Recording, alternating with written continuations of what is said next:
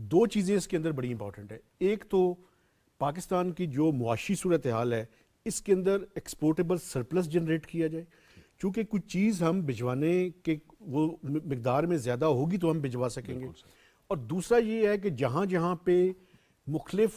Region کے اندر corridors ہمارے ارد گرد سے گزر رہے ہیں ان کے ساتھ جہاں پہ پاسبل ہے وہاں پہ وہ لنکیجز جو ہے وہ ڈیولپ کیے جائیں.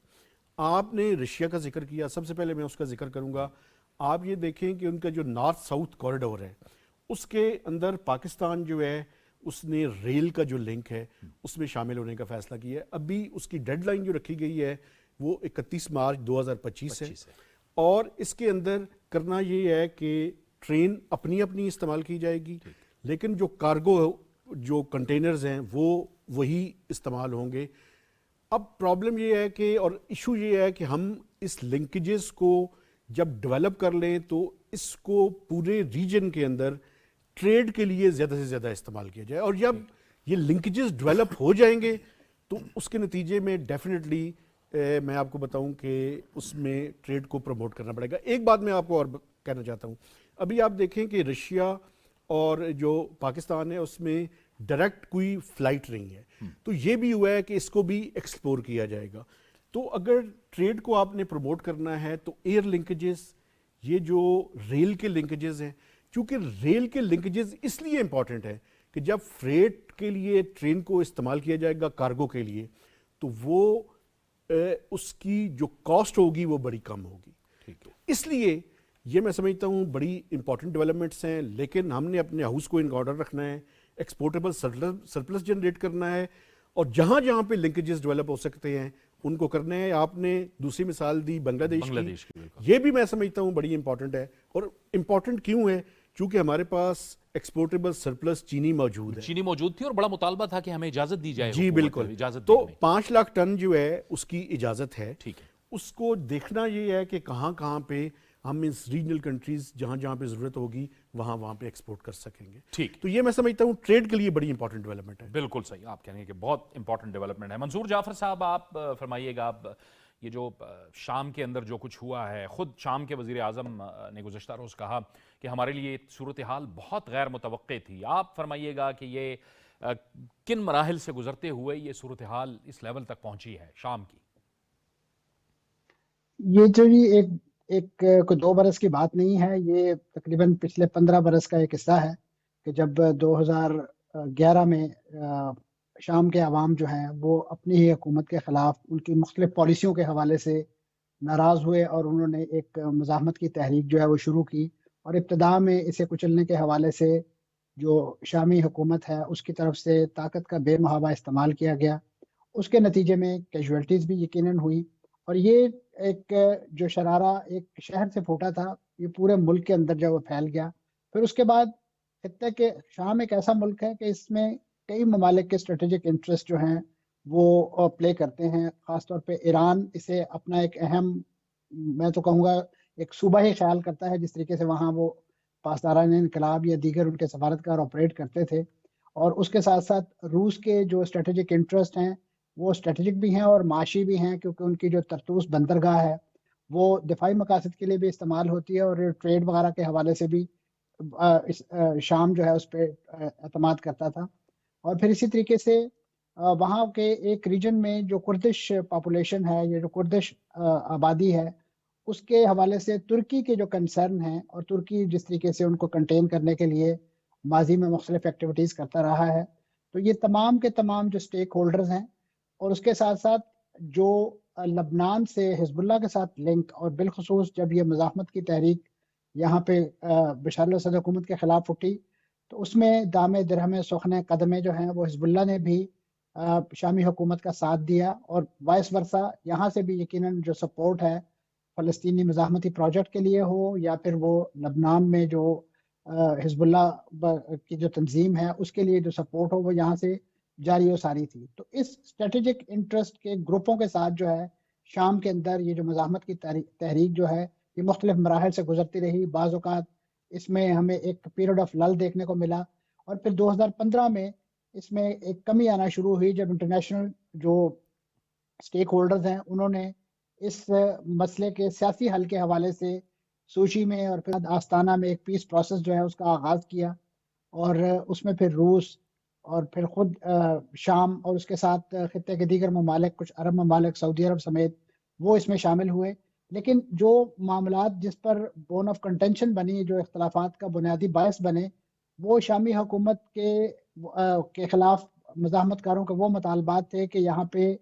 ایک آزاد خود مختار الیکشن جو ہے وہ کروائے جائیں، اور اسی طریقے سے شام کا دستور جو ہے وہ ری رائٹ کیا جائے۔ اور پھر اسی ایجنڈے کے ساتھ جو ہے انٹرنیشنل ڈپلومیسی انوالو ہوئی، اور اقوام متحدہ کے پلیٹ فارم سے بھی ایسی قراردادیں منظور ہوئی کہ جس کے نتیجے میں شامی حکومت سے